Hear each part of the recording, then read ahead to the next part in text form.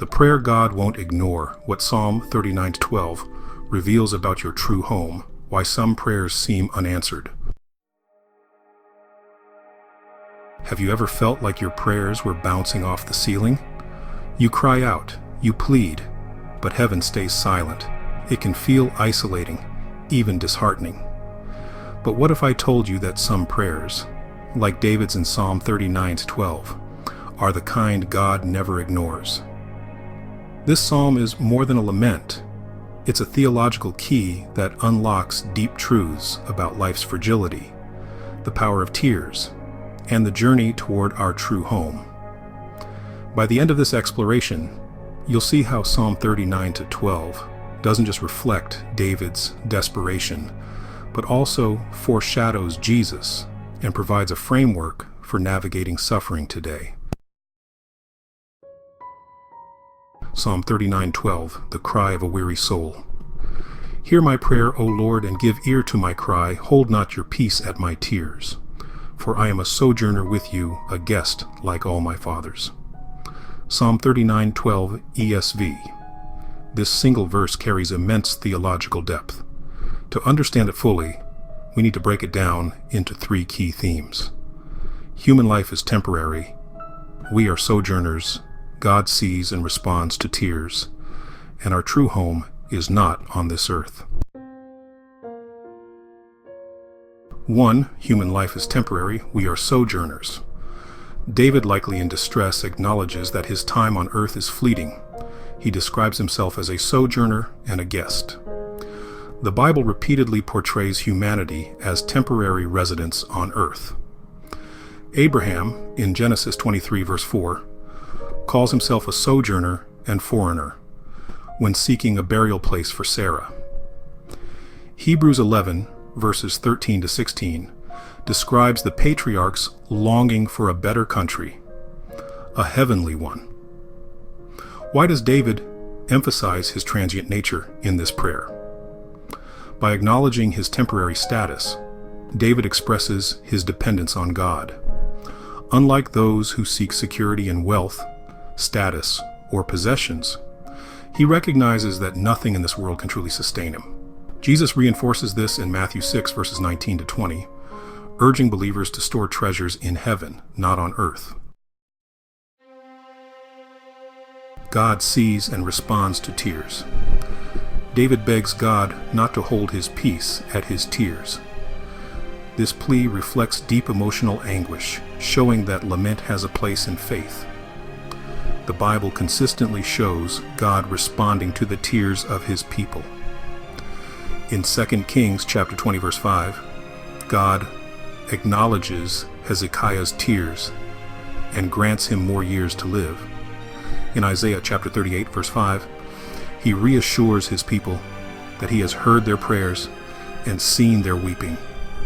Jesus himself wept in John chapter 11 verse 35 before raising Lazarus from the dead. Does God always respond to tears? And if so, how? Yes, but not always in the way we expect. Sometimes he provides immediate comfort, as in Psalm 56 verse 8, while other times he allows suffering to refine faith, as described in 1 Peter chapter 1 verses 6 to 7. Jesus' own suffering in Gethsemane, found in Luke chapter 22 verse 44, shows that even the most agonizing prayers are heard, though God's answer may involve endurance before deliverance. David acknowledges that, like his ancestors, he is merely passing through this world. The theme of earthly exile versus heavenly citizenship is prominent in Scripture. Philippians chapter 3 verse 20 states, "Our citizenship is in heaven." 1 Peter chapter 2 verse 11 calls believers sojourners and exiles. Jesus reassures his followers in John chapter 14 verses 2 to 3 that he is preparing a place for them. How should this perspective change the way we live? Recognizing our heavenly citizenship should shift our focus from temporary struggles to eternal priorities. This is not an excuse to disengage from the world, but rather a call to live with purpose. knowing that our true home is with Christ.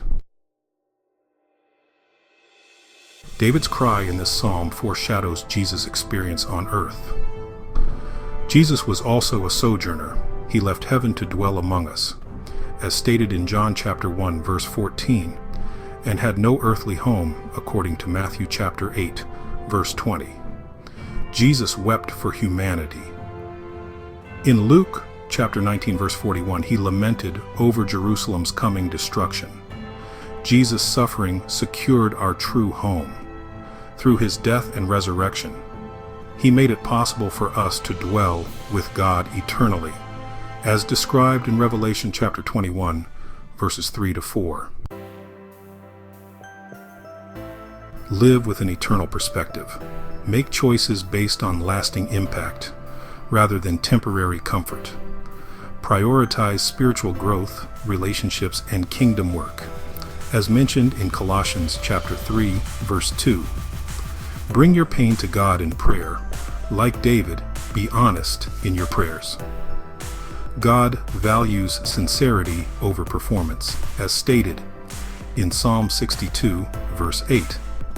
Trust that even if the answer is delayed, God hears every tear, as promised in Revelation chapter 7, verse 17. Psalm 39, verse 12 reminds us that life is short, tears are seen, and our true home is with God. David's prayer, far from being ignored, is part of the grand biblical narrative leading to Christ. When we cry out with the same honesty and faith, we too can trust that God hears, responds, and ultimately leads us home. If you've gotten any value out of our time together, then smash that like button and don't forget to share and subscribe. Thank you for watching, and we'll see you next time.